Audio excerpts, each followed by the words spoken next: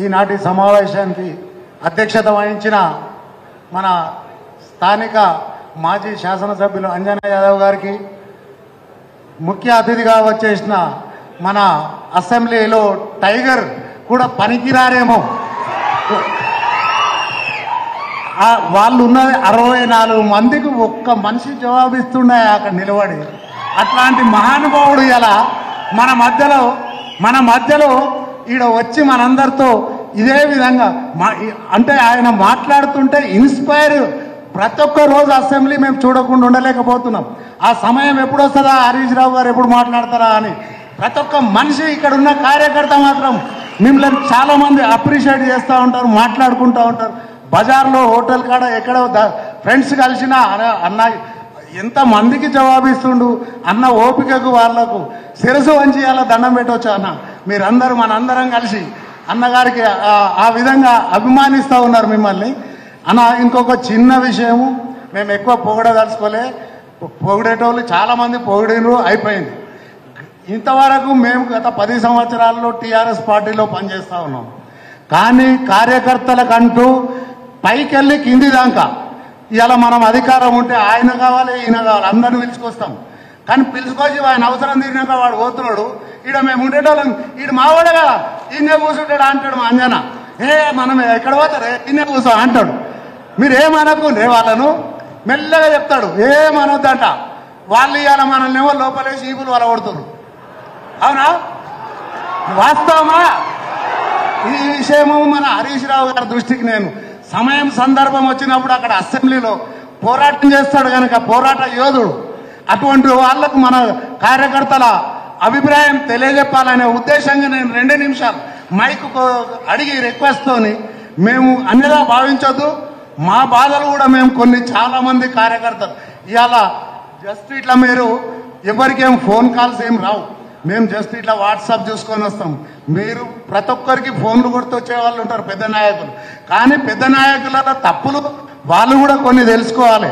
మా మీద కార్యకర్తగా ఇక్కడ నువ్వు గట్టిగా చేస్తేనే మీరందరు పెద్ద నాయకులు. కార్యకర్తను మీరు విస్మరిస్తే మిమ్మల్ని అందరినీ మళ్ళీ మా దగ్గరికే తెస్తారు. ఇవాళ మేమందరం ఇక్కడ కూర్చున్నాం, అంతకుముందు ఆడ కూర్చోబెడదురు మమ్మల్ని. ఇవాళ మీదికి పిలిచిరు, సంతోషం. అంతకుముందు ఆడనే కూర్చోబెడదురు.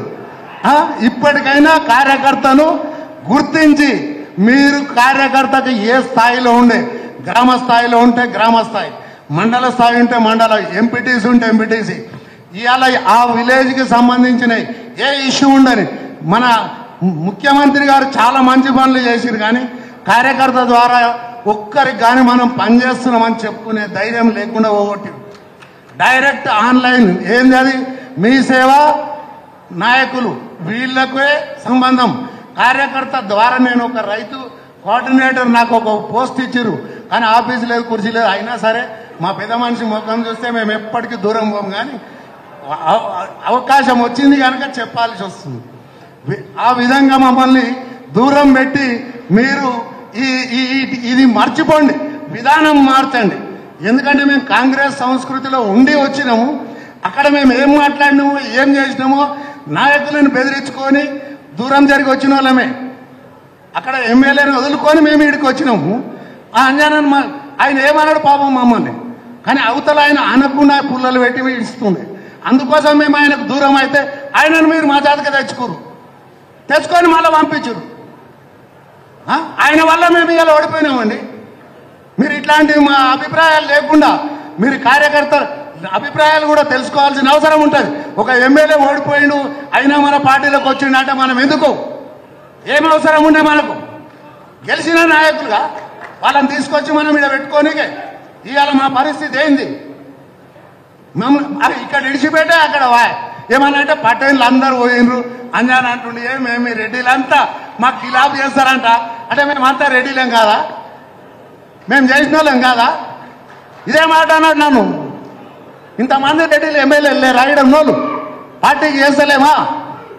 ఎట్లా అంటారండి? ఇలా కార్యకర్తలకు మీరు స్వేచ్ఛ ఇవ్వండి. కార్యకర్తలకు స్వేచ్ఛ ఇచ్చినప్పుడే పార్టీ నిలబడుతుంది, పార్టీ బాగుపడుతుంది. దయచేసి మిమ్మల్ని రిక్వెస్ట్ చేస్తున్నాం. ఇక భవిష్యత్తు రేపు పార్లమెంట్ వస్తుంది. మేము సైనికుల మాకు మీరు అండదండగా లేనప్పుడు మేము కష్టం. ఈవెన్ నేను ఒక సెక్రటరీని ట్రాన్స్ఫర్ చేయమంటే మా ఎమ్మెల్యే చేతగాలే 5 ఏళ్ళు. అంటే మీరు మీ హస్తాల మధ్యలో పెట్టుకొని ఆఫ్టర్ ఒక సెక్రటరీని చేయలేయాలి. నా పరిస్థితి అది. ఆమె వచ్చి లైన్లో కూర్చున్నది ఎలక్షన్లో. ఆ రోజు నేను కొట్లాడుతున్నా, అనుకోకుండా సార్ వచ్చిండాడు. ఆమె కూర్చేసుకొని ఆమె డ్యూటీ లేదు, స్పెషల్ ఆఫీసర్ నువ్వు, అందరికీ ఫోన్లు కొట్టి ఆమెను లేపించిన ఆడికెళ్ళి. అంటే మా పరిస్థితికి ఇంతకు దిగజారింది. ఆమె మనకు పనిచేయాలని తెలుసు. అధికారులను కూడా మేము ఏం బెదిరియలేని పరిస్థితిలో బతికినాం. అధికారం ఉన్నది మాకు. ఏంటంటే ఎమ్మెల్యే ఉన్నాడు, చెప్పుకోవాలి, ఫోటో దిగాలి, పోవాలి. ఇదేనా మా పరిస్థితి? మంత్రి వచ్చిండు, మంత్రి తన ఫోటో దిగే కురుకొచ్చుకుంటుంది. ఇదేనా? ఫోటో చూసుకొని పేపర్లో చూసుకోవాలి, బొమ్మ చూసుకోవాలి. ఇదే మా పరిస్థితి. కానీ కార్యకర్త బాగుపడ్డ రోజు లేదు. ఏ రోజు కూడా కార్యకర్త గురించి నాయకులు ఇగో ఇక్కడి వరకు వస్తే దాయే అంటాడు అంజన్న, మంచిగా మర్యాద అయితే బాగా ఇస్తాడు. కానీ కార్యకర్త బాగుపడాలి. కానీ ఆయన కూడా మా ఇంట్లో తిని మీ ఇంట్లో పని చేయంటారు. ఇది ఎక్కడ అన్యాయం?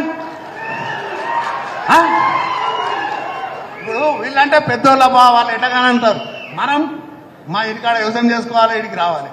మళ్ళీ ఆడ పొద్దుగాల నీళ్ళు చూసుకోకపోతే ఇంట్లో పోయేటది ఆమె. ఏమా ఇది మా పరిస్థితి. మమ్మల్ని కూడా కొంచెం దృష్టిలో పెట్టుకొని కార్యకర్తలకు కొంచెం గౌరవం ఇచ్చి వాళ్ళని బాగుపరిచే విధంగా చూడండి. Thank you.